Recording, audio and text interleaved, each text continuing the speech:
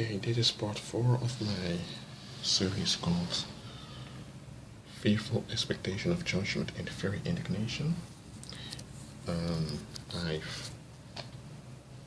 I've took down the Wi-Fi connection from my laptop for a while and placed it on my tablet. I want to show you guys a map also before continuing. Hold on. Just be patient. I have a purpose with what I'm doing here. Okay, so let me see. No, not that one.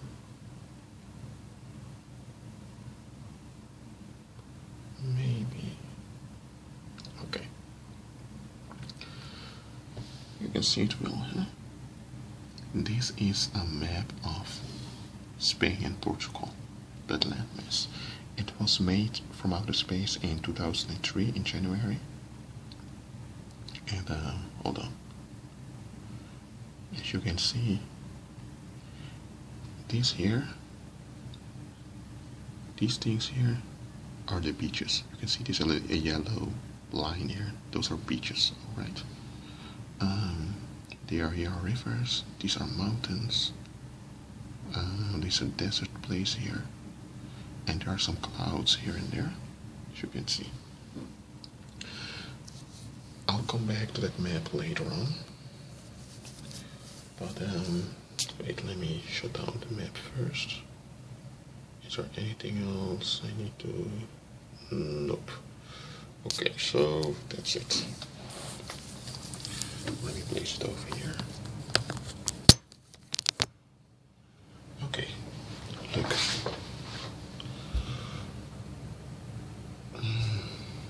I've talked about what a fearful expectation of judgment is and what fury indignation is.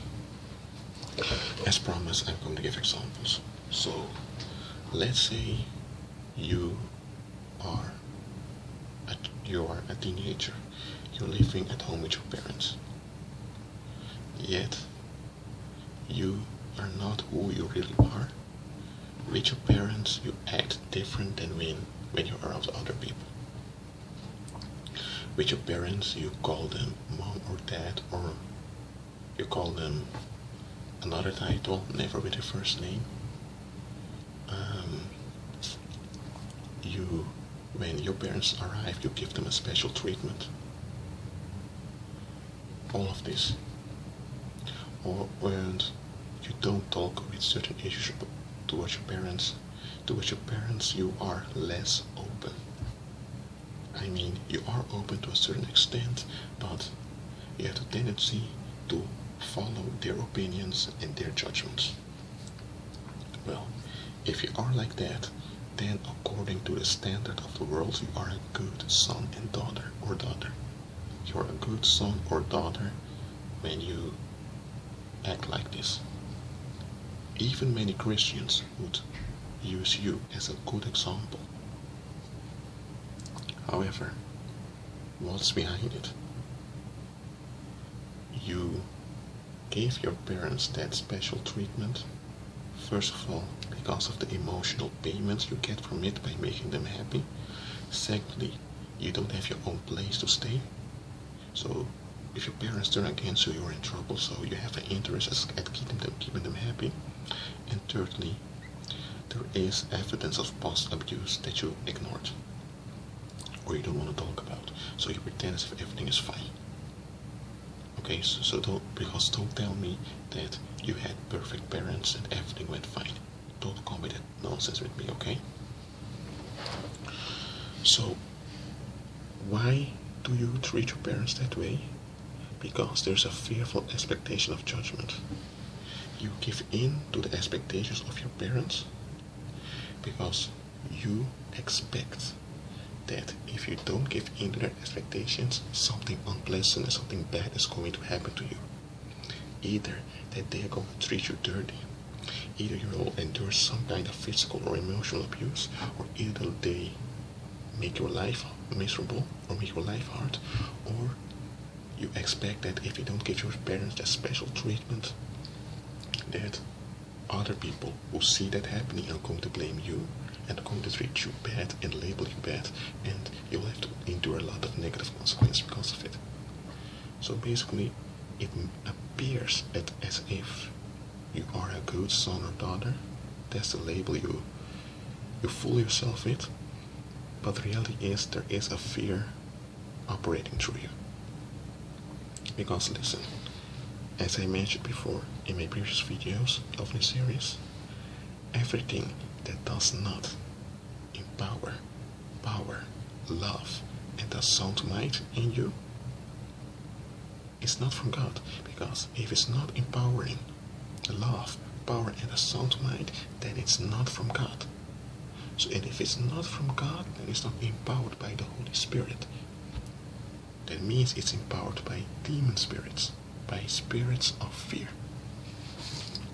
And I begin with the example of a child-parent relationships, because that's where all of us meet the spirit of fear for the first time at the hands of our parents.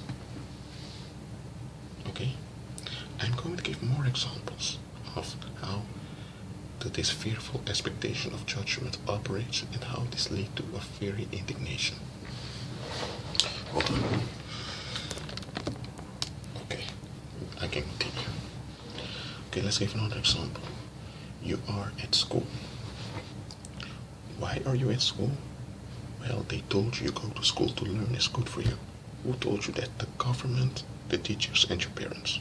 And also siblings, who also heard it from the government and from their parents. What happened if you didn't go to school? Your parents would receive a fine, and when they receive a fine, they would become upset, and that upsetness would affect you. And your parents don't want to be labeled as bad parents, nor do they want fines. So you go to school. That's the reason you went to school, because the government made a demand and they back up their demand with punishment, with revenge. That's why you went to school. It wasn't voluntarily. So that setting is already a setting of is already a fearful setting. You have to do it because you can refuse to do it, but if you don't do it, we're going to do something to you. That's basically blackmail, and it's also living as an hostage. So the years we went to school during our childhood, it was a setting of fear. And remember, where there is fear, there is evil. Where there is fear, there is torment. Where there is fear, there is wrath. It doesn't empower love, power, and a sound mind. Why not? Because let's say you do go to school, but let's say you don't, finish the exams well. What will happen? There's condemnation if you don't finish the exams well. There is a punishment, whether it is that you won't go to another grade, or that people come to look down on you, or that people view you as a failure. So there is condemnation when you don't meet the expectations of the school. A school that you're forced to go to, that wasn't by your design, but that's based upon the expectations of people you don't even know. And you're being told this for your own good, but yet you are the one that have to make effort in order to have peace. Because if you just say, okay, I don't agree with this, you're the one with trouble. That's also a fearful expectation of judgment. Schools institute and impute this spirit of fear into young people. With their exams, with their tests, and with their indignation when you don't agree with what the school is teaching you. Because let's be clear, schools do not teach people to think right. The only thing schools do is they teach people to think as they've been told to think. If you think the way you've been told to think, then you get a cookie, you get a reward. If you don't think the way we tell you to think, you will fail your exam, and you will be expelled from the school, and we will paint you black. That's how it is. So there's another fearful expectation of judgment. So let's go to another example. You are with your friends, and you see that your friends are doing something out of order. Now your friends just want to have a good time. They don't want any authority figure, so they just go on with them because they are your friends. You can't force anyone to hang out with you, and you as a human being, you need social comfort, you need social. You have the need to belong somewhere. So you are afraid that your need will not be met if you stand up for what is right. So you endure what is not right just because you are afraid that your needs are going to be are being frustrated. Just like with your parents, is a fearful expectation of judgment. You're an adult. You live in what we call a country.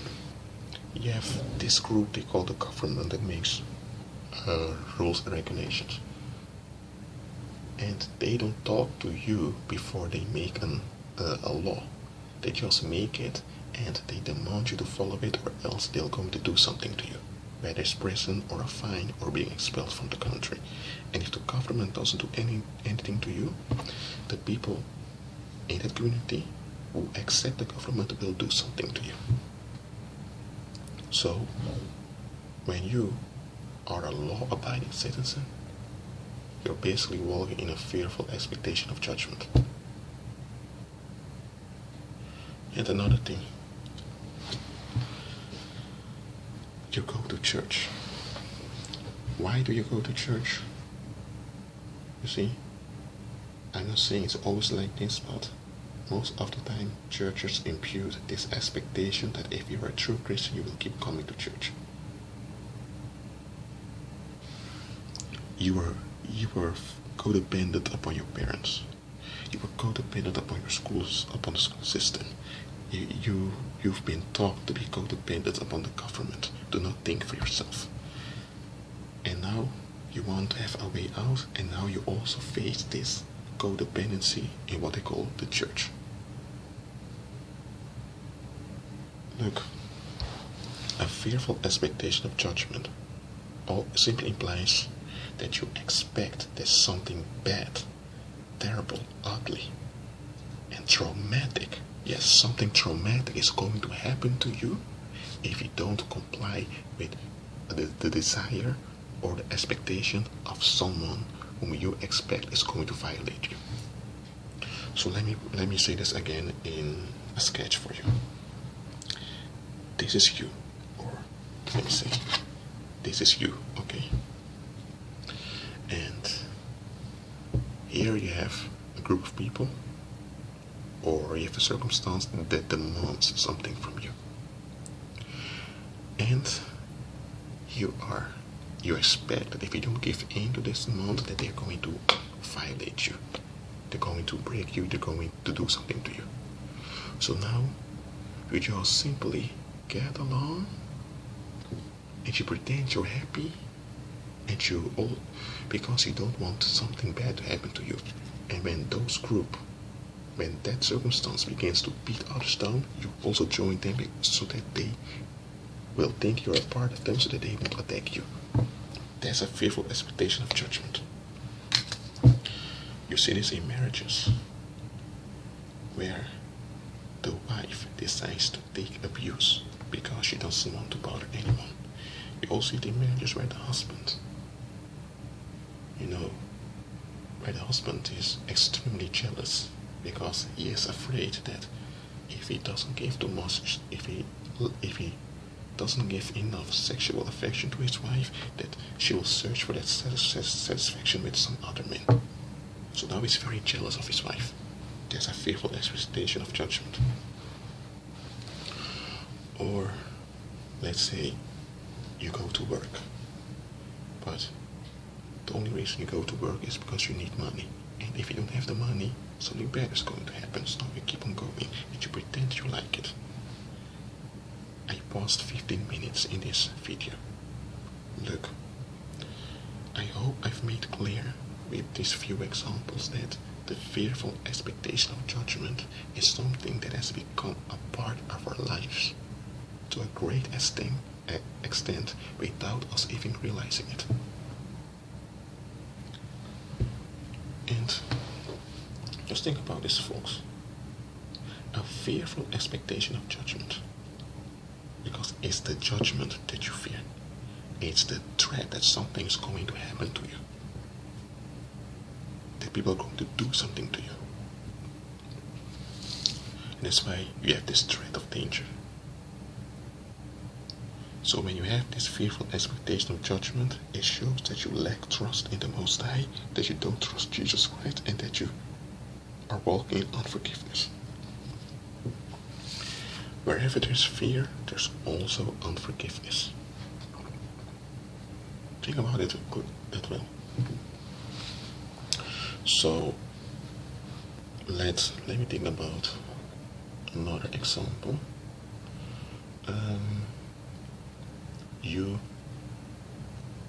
You're walking, let me say you're walking in the city, and then you have one of those wanderers, those homeless guys begin to shout and scream. You get offended, you get angry, you get upset. Why is he doing that? Why?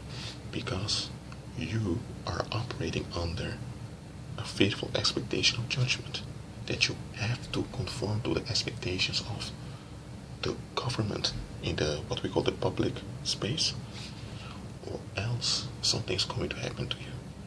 So now you have accepted that violation of your freedom just because you don't want them to attack you. You don't want something to happen to you. And now you see someone else that does not accept this violation. And now you become angry because you are violated, and you feel as if you have no choice to accept it, but you pretend as if you're not violated. You pretend as if it's all right. Someone else does not. So now, one thing, you want to feel safe, and you sought for your safety in accepting a violation. And now you have someone else violating your expectation by not accepting the violation you accept.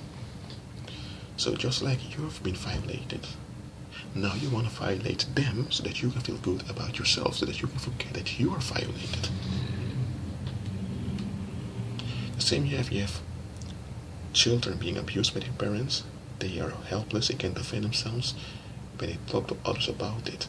Those others often punish them, saying that you shouldn't talk that way about your parents, you should talk good about your parents, you're ungrateful, blah blah blah. So they're being violated as children. They cannot say it to anyone because those others will also violate them. So in order to feel safe, in order not to have to endure trauma all the time, they accept the violation. And when they accept the violation, demon spirits enter them. Demon spirits become attached to them. And now, being violated is what they see as peaceful, is what they see as safety. So now, they want to feel power, because the power is taken away from them because they're violated. So in order for them to feel power again, they're going to take revenge. And how are they going to take revenge? When they grow up and they have children, they will do the same to their children, often without realizing it, just so that they will feel powerful again. And the cycle that continues, and it becomes a generational curse. So the one that's violated, once they accept the violation, they will violate others. And that's basically how the whole world operates. That's also how many churches operate. Or yet people don't care about you and everything. Now I'm not going to care about other people also. So that, see, it's all a fearful expectation of judgment. And just realize this. Every time you accept a violation, you're welcoming demons in your life.